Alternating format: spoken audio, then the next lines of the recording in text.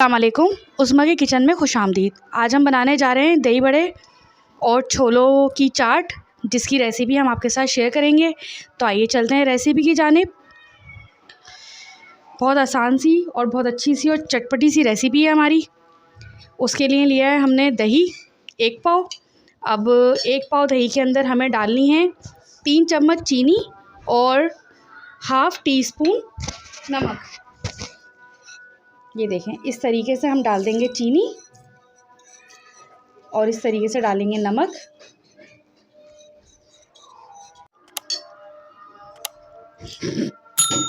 ये हमने दोनों चीज़ों को किया है मिक्स। इस तरीके से हम इसको आराम से मिक्स करते जाएंगे। जब ये दोनों चीज़ें मिक्स हो जाएंगी, चीनी और नमक, तो हम इसको तकरीबन 10 मिनट के लिए रख देंगे फ्रिज में। सही है, आप इन दोनों चीज़ों को अच्छे तरीके से मिक्स कर लीजिएगा और उसके बाद रख दीजिएगा फ्रिज में। 10-15 मिनट बहुत होते हैं। बेसन, और ये बेसन है 1 प्याली, और इसके अंदर हम डालेंगे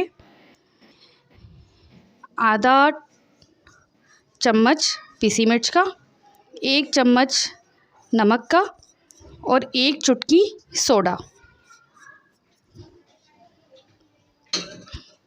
और इसको थोड़े से पानी से हम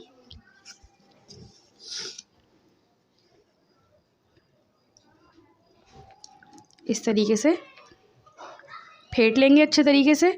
नॉर्मली घरों में हम लोगों के यहाँ रमज़ान में एहतमाम होता है, रमज़ान में कि पकोड़े बनाए जाते हैं, बस उसी तरीके से ये हम पकोड़े बना रहे हैं। इसमें ज़्यादा कोई अलग चीज़ नहीं है। पकोड़े तो बहुत आम से हैं, लेकिन ये है कि जो रेसिपी है वो बहुत चटपटी सी और स्पाइसी सी है। तो पूरी रेसिपी ज़रूर देखा कीजिए कि क्या चीज़ मुख्तलिफ होगी।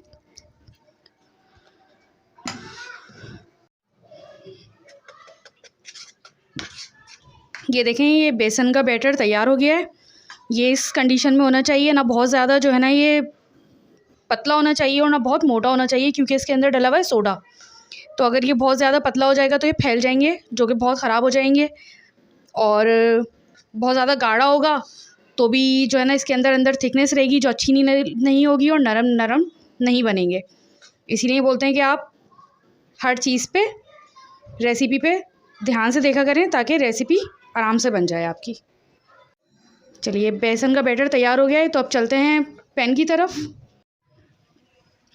हमने लिया है पैन, उसको गरम कर लिया है, और इसमें हमने 6-7 साबित मिर्चें डाल दी हैं, और इसके अंदर हम डाल देंगे ज़ीरा इस तरीके से।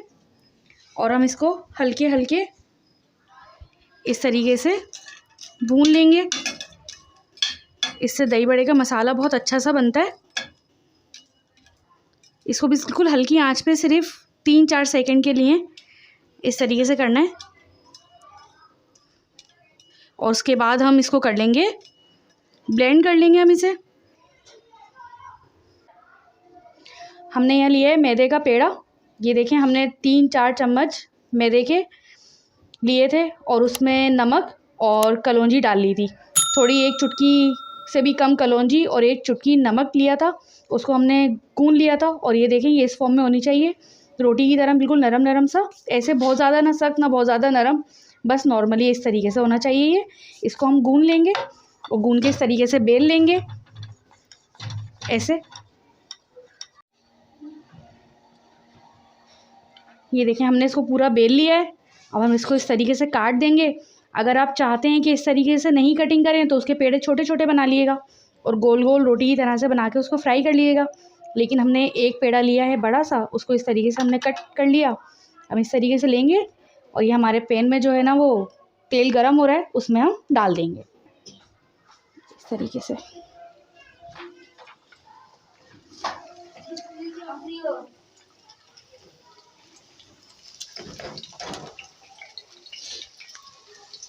ये अलग होती जाएंगी, खुद ही से अलग हो जाएंगे, कोई ऐसा मसला नहीं है। ये देखें, हम इसको बिल्कुल हल्की आंच पे फ्राई कर रहे हैं। हमने जो सबसे पहले डाली थी उसे हम सबसे पहले निकालेंगे ऐसे, और इस तरीके से पलट देंगे। ये देखें, फिर जो इसके ऊपर थी इसको पलट देंगे इस तरीके से। ये इस तरीके से पलट देंगे। इस तरीके से हम पलटते जाएंगे इसको। जब ये एकदम ब्राउन सी क्रिस्पी सी हो जाएगी तो फिर हम इसको निकाल लेंगे। ये देखें हमारी क्रिस्पी सी पापड़ियाँ ये तैयार हो गई हैं। ये देखें, हम इसको निकालेंगे पापड़ियों को।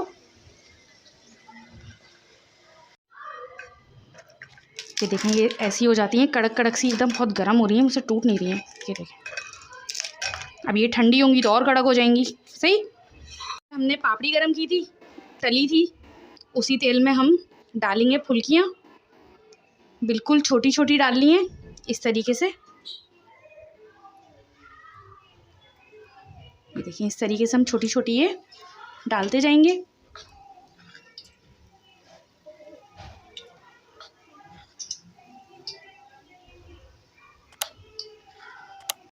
ये देखें छोटी छोटी सी हमने इस तरीके से सारी डाल दी हैं। ये हम इसको नॉर्मल आंच पे सेकते हैं, बिल्कुल मीडियम लो पे। ना बहुत तेज़ होनी चाहिए आपकी आंच और ना बहुत गर्म, यानी बहुत कम होनी चाहिए, बस नॉर्मली इसकी आंच होती है। ये देखें ये खुद ही से ऊपर आ जाती हैं। और इसको हल्की आंच पे, मीडियम लो पे बल्कि, इस तरीके से बनाते हैं और ये ऐसे पलटते जाते हैं आराम आराम से। हमने पता होता है कि पहले हमने कौन सी डाली है, तो जो सबसे पहले डाली होती हैं उसको इस तरीके से हम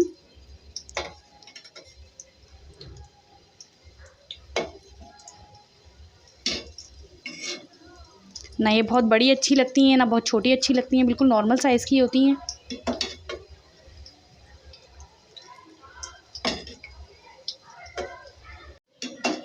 ये देखें ये तैयार हो चुकी हैं, गोल्डन गोल्डन हो गई हैं एकदम। अब हम इसको डालेंगे पानी में। ये देखिए यहाँ पे रखा हुआ है पानी, तकरीबन आधा लीटर पानी है ये। इसके अंदर हम इस तरीके से इसको डालेंगे फुल्कियों को, ताकि ये नरम हो जाएं। और पानी ना तो ये गर्म है और ना ही ठंडा है, बिल्कुल नॉर्मल पानी है ये, यानी ना आपने गर्म पानी लेना है और ना ही जो है वो ठंडा पानी लेना है।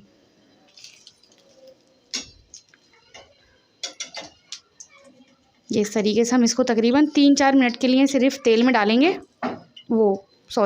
पानी में डालेंगे इस तरीके से। इस तरीके से 3-4 मिनट पानी में डालने के बाद हम इसको बताते हैं क्या करते हैं।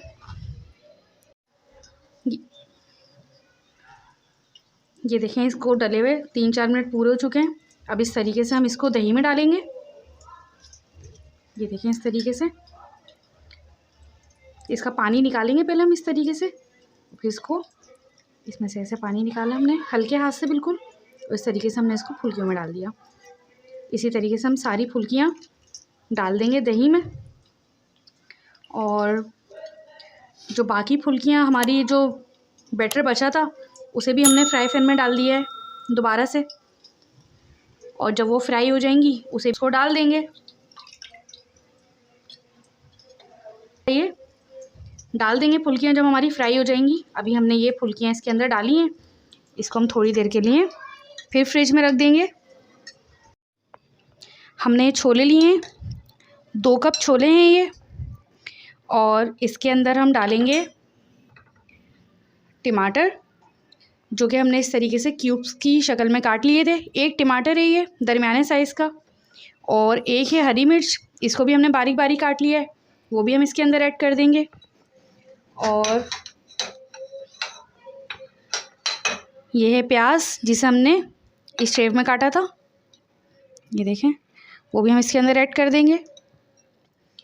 और हमने 1 लिया है आलू, जिसे हमने उबाल लिया है, और उबालने के बाद हम इसको इस तरीके से काट देंगे। इसे भी हम क्यूब्स की शक्ल में काट देंगे ऐसे।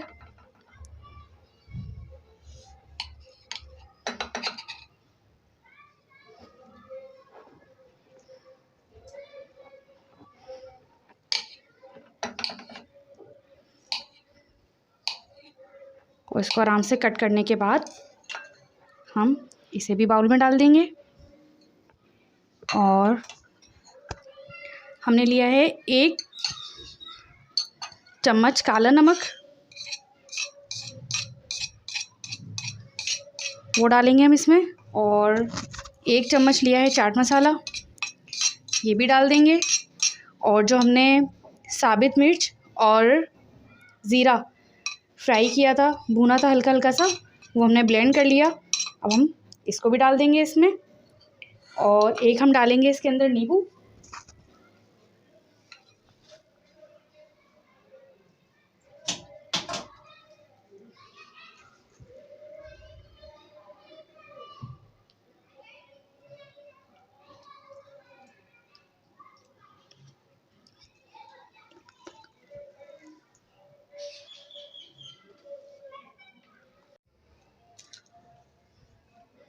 ये देखें चाट अच्छे तरीके से मिक्स हो चुकी है।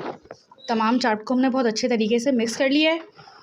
और आलू की, इसके अंदर जब आलू जाते हैं तो इसकी खुशबू एकदम चेंज हो जाती है, आलू से, मसालों से। आलू और छोले ये देखें अच्छे तरीके से मिक्स हो गए। इनको आपने अच्छे तरीके से मिक्स करना है, जब ही बनेगी ये मज़ेदार सी चाट।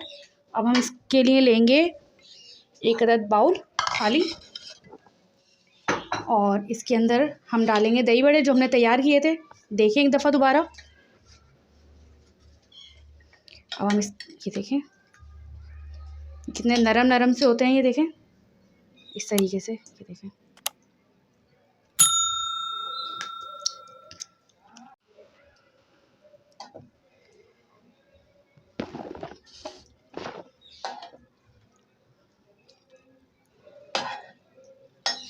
ये देखें इस तरीके से जब हम पानी में डाल देते हैं ना दही बड़े, तो फिर जो दही होता है उसका पानी बिल्कुल भी जज्ब नहीं होता, खुश्क नहीं होता, बिल्कुल ये सही रहते हैं।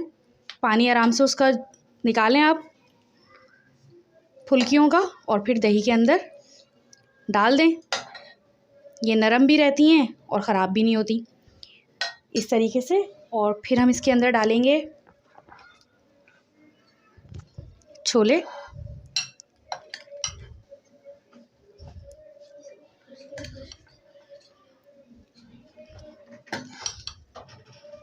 ये देखिए, आप यानी बनाते जाएं इसको और सर्व करते जाएं।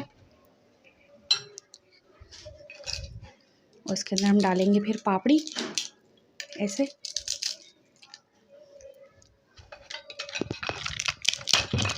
देखें पापड़ी, मैंने आपसे कहा था ये ठंडी हो जाएगी तो और क्रंची क्रंची सी हो जाएगी। देखें पापड़ी ठंडी हो गई है और ये कितनी क्रंची क्रंची सी हो गई है।